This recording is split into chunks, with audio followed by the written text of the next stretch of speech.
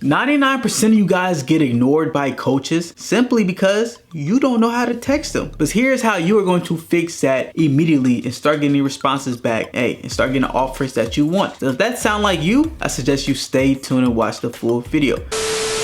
What is good, YouTube? Welcome back to another video here at desireLess. We're helping running backs elevate and dominate the game. And today we have a special one because I'm going to break down how you not only going to properly text coaches, but I'm giving you plug and play texts that will actually work to get the responses that you want and that you need from coaches. So if that sound like you, hey, let's get straight into the video. But first, let's talk about why do athletes not really know how to talk to coaches? And I think part of that reason is because it's much more difficult than you think. I know a lot of guys might think, hey man, I'm texting a lot of coaches, I'm doing my work, but you don't have no skill with it. You're not really treating them like an actual person who would actually want to give you something. You're rather treating them as a one-side transaction. Hey, 5'11", such and such highlight tape. Hey, I'm in the transfer portal highlight tape. Hey, I want to offer this and that. That's how majority guys go through the process of trying to get recruited. And it's not your fault. It's just you were never really taught the skill of it. And it's not that you wake up at the womb like, hey, I know how to negotiate and talk to coaches and persuade coaches. That's what it is. It's negotiation. It's persuasion. Now, athletes just don't know how to do that off the rip. So when you're talking to a college coach, you're talking to somebody you're interested in. And let's say you have a coach who's engaged with you. You followed him. He followed you back. You want to treat that person like a regular person. Because at the end of the day, he is a regular person. I know he's a coach, but he is a regular person. So you want to treat him like that. So you want to focus on actually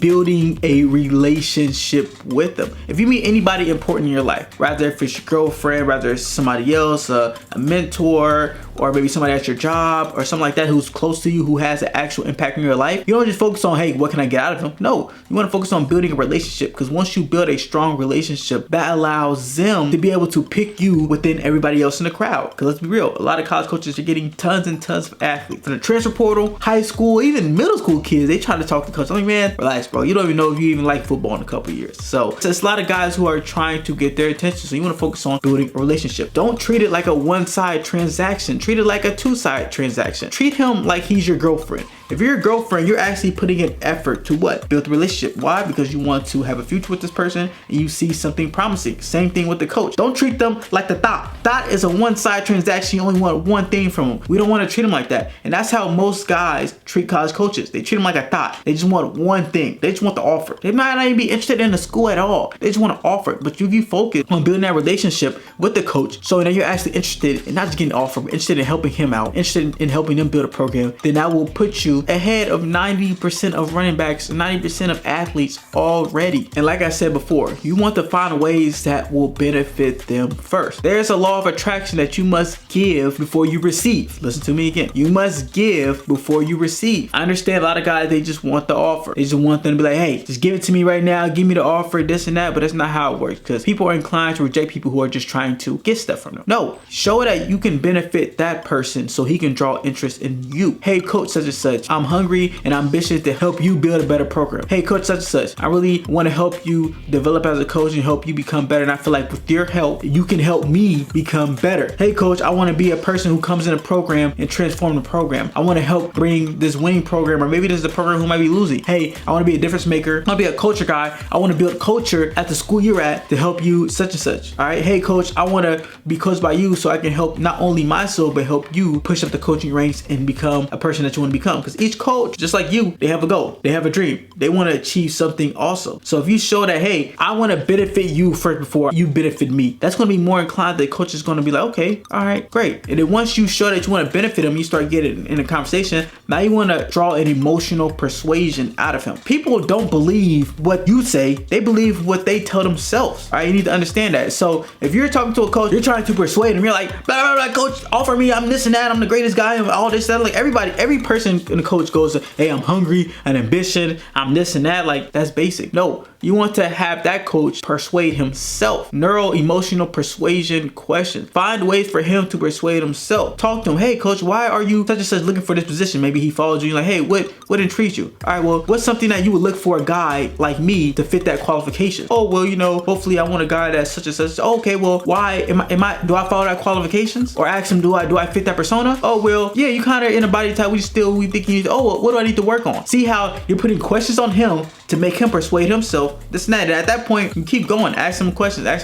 You be like, hey, what would make me a great fit for your offensive scheme and your coaching program right now? And see, when you do that, now he's qualifying himself as a coach on why you should be in his program. So what's he doing? He's telling himself why he needs to recruit you rather than you telling him why he needs to recruit you. If that makes sense. I don't know if I just worded that right. Let me reword that again. He's convincing himself that he needs you rather than you convincing him that he needs you. All right. So people believe what they tell themselves, not what you tell them. So you want to use neuro-emotional persuasion questions. And that goes in studying persuasion. Studying guys like Jeremy Miner, who's in sales, but in reality, when you're talking to a coach and getting offered, those are sales. Dale Carnegie, how to win friends and influence people, putting people first, showing ways that I can benefit them. Number one person that a person is interested in is what? Themselves. They don't give a damn about anybody else. Their name is the sweetest thing to them, their position, their job, everything that involves them is the best to them. Then when you're talking to this coach, you want to be the student to him. You want to talk to him as in, hey, I want to learn as much as possible as I can from you. Because let's look, coaches are authoritative figures. So authoritative figures are guys who like to be in control and like to be in power. It's the reason why they're a coach, all right? Ain't no guys who are gonna be shy and timid gonna try to be a football coach. I don't think that happens too often. 99% of coaches are authoritative figures. So since you're doing that, you're gonna be a student to him. You're gonna ask him questions. Hey, how can I develop in such and such player? You wanna ask him questions that makes him an authoritative, makes him a person that you're seeking guidance from, all right? That's what you wanna do with a coach. You wanna, hey, I see you're this and that. What can I do? Asking him advice, because the coach, he loves the coach. He loves getting advice. So you can send a text like this. So imagine the coach follow you, be like, hey, such and such, I appreciate the follow. What are some things that you think that I can improve on this offseason? Asking him his advice. One, he loves coaching. All he does is scout players. So two, you can be like, okay, well, yeah, such and such. All right, well, you can focus on this. Okay, boom. All right, well,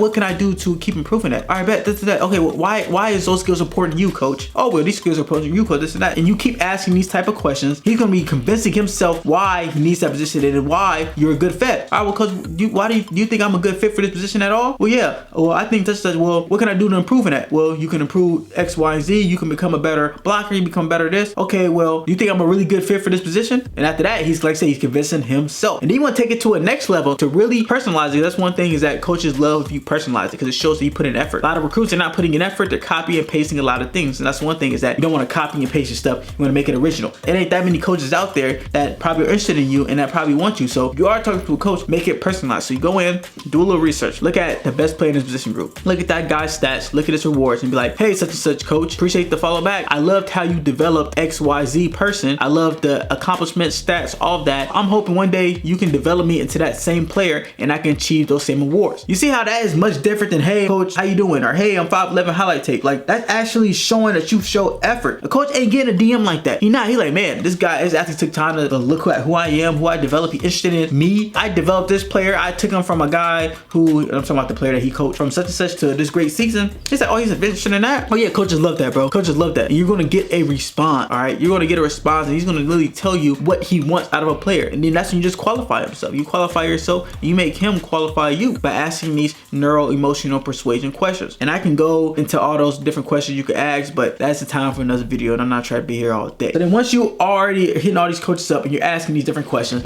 you're asking the NEPQ questions, you're qualifying, you ask them questions, opening them up, telling them what they're actually looking for, then qualifying yourself to them. After that, we're just going to keep focusing on building that relationship. We're going to be following up because a lot of times a coach might be busy. He might not respond to the first thing, and that's okay. We're not just going to be like, hey coach, why you didn't respond? No, we're just going to be like, hey coach, I'm still looking to hear back from you. I'm hoping that I'm looking to pursue my game. I want to know what can I do to get better. Follow up like that. Or hey coach, you send them little teasers, send them videos, it is workout, or send them this or that. You just want to keep following up, sending him game film, all of that. You want to maintain a relationship because you never know what's going to happen when that coach goes into the season. He might be recruiting a guy who might not want to go there no more, and he might have an open spot. And guess what? You're going to be first on this list because he's like, hey, I know this kid. He's hungry. He's ambitious. He shows effort because he personalized that message for me. I know that he's going to do more than the average person. All right, bet. I'm going to he's top of my mind. I'm going to reach out to him. And at that point, you just got somebody else's scholarship. So you just grab $100,000 scholarship just like that. We haven't even mentioned NIL and collective on top of that, bro. So just by you know how to talk to a coach, just by you building a relationship, just by you putting people first before you, instead of looking to take something, just give before you receive. Once you do that, then guess what? You return $100,000+ scholarship plus NIL and collective, all with that strategy right there. This is all I got for you guys. This is just a quick kind of informational video on how to properly talk to coaches. And one of the things that we provide in our one-on-one coaching program, Running Back Domination System, is we teach you how to negotiate. We teach you how to ask questions. We teach you how to talk to coaches. We teach you how to market market yourself. All those things that's important to get you seen, we do that for you. We help you with that in a more in-depth fashion than just this. That sounds like something you're interested in, and you're running back and you want to take that next step. You want to become elite with a full system around you, around how to talk to coaches, how to train, how to read defenses, how to, know the running back position in and out. That sounds like you. See if we can book a strategy call to see if this program's a good fit for you, because it might be, it might not. I don't know. It's only for serious running back. So let's say if we could add extra couple hundred yards to your next season, would that hurt? Would that make a big difference from 900 yards to 1400 yards? Is that a big difference? Probably is the college coach that you're trying to persuade and trying to get those offers from. So if you had a 1400 yard season and you know how to text them and talk to them, guess what? Sky's the limit. But this is all I got for you guys. I hope you enjoyed this video. We'll be seeing you later.